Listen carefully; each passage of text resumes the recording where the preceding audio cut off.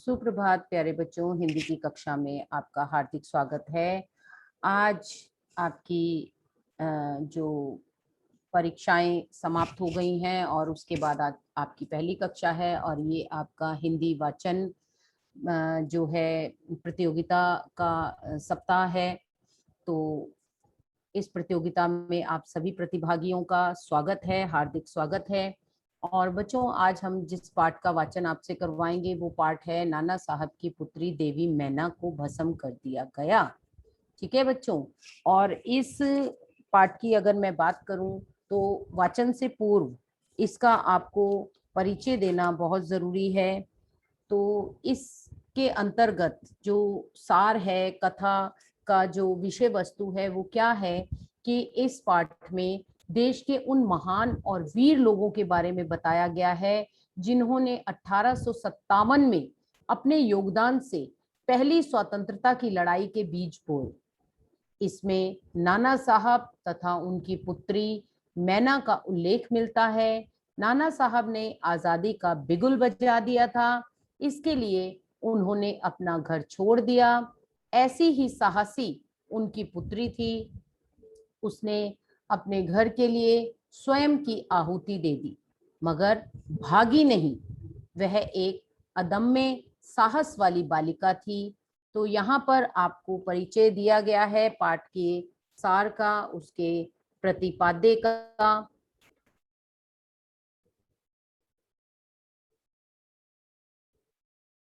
इसी के साथ साथ आपको जो माइंड मैप बनाना है बच्चों, उसके लिए आपको थोड़ा सा हमने महत्वपूर्ण घटनाएं और बिंदु यहाँ पर आपके समक्ष प्रस्तुत किए हैं।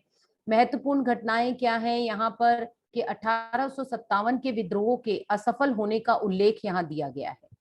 धुंधुपत नाना साहब का कानपुर छोड़कर चले जाना, क्या विवशता रही उनकी, किस कारण वे जो थे कानपुर छोड़कर चले गए। अंग्रेजों द्वारा बिठूर के राजमहल में लूटपाट करना और लंदन के मंत्रिमंडल द्वारा नाना से जुड़ी हर याद को मिटाने का आदेश। इसीलिए उनका जो महल था उसे गिराने का आदेश दे दिया गया था। और टाइम्स पत्रिका द्वारा भारत सरकार की नाना को ना पकड़ने पर आलोचना करना, ये सारी बातें बच्चों इस पाठ के अंतर्गत दर्शाई गई हैं। आपको ये सारी चीजें जो है माइंड मैप के अंतर्गत देनी है। ये मैं आपको जो है ERP पर भी भेज दूंगी और यहाँ भी मैंने आपके समक्ष इसे प्रस्तुत किया है। तो यहाँ पर मेन जो पात्र है वो नाना साहब की पुत्री है, जो जिसका नाम है मैना, देवी मैना। तो देवी मैना जो है उनकी चारित्रिक और स्वभावगत विशेषताओं का आपको वेब चार्ट भी बनाना है। तो देवी मैना जो थी बहुत ही सरल स्वभाव की थी, बहुत ही कुशल थी, विनम्र थी, साहसी थी। उसके पिता चले गए थे कानपुर छोड़कर, तब भी वो अपने महल से बाहर नहीं निकली। वो अपने जब अंग्रेज उसका महल को गिराने के लिए आए तब भी वो वहां बैठी रही। तो उसके साहसीपन को यहाँ दिखाया गया है। कितनी दृढ़ निश्चयी थी, अपने देश से प्रेम करने वाली थी और तर्क सहित अपनी बात को स्पष्ट करने वाली थी। तो ये आपकी देवी मैना जो है उनकी चारित्रिक विशेषताएं हैं जिनसे आपने माइंड मैप जो है अपना बनाना है पाठ शुरू करने से पूर्व ही। और इससे पूर्व हम जो पाठ था मेरे संग की औरतें, उसका माइंड मैप बना चुके हैं, उसके प्रश्न उत्तर आपके साथ हम साझा कर चुके हैं, आपको समझा चुके हैं। आगे देखिए इस पाठ से हमें क्या शिक्षा मिली, क्या प्रेरणा मिली, क्या संदेश मिला।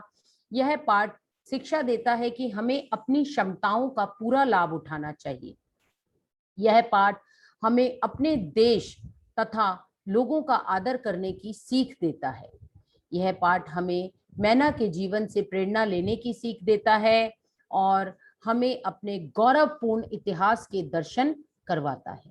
तो बच्चों, मैंने इस छोटे से समय में, आपके कम समय में, इस छोटे सी तरीके से इसको आपके समक्ष प्रस्तुत करने का प्रयास किया है। आशा है आप पाठ के सार को समझे होंगे, इसमें आई महत्वपूर्ण घटनाओं को आपने नोट किया होगा और देवी मैना के चारित्रिक और स्वभावगत विशेषताओं को आप जानने होंगे। पाठ की शिक्षा से आप परिचित हुए होंगे। तो अगली कक्षा में आपसे पुनः भेंट करेंगे इसके वाचन के साथ। तब तक के लिए धन्यवाद।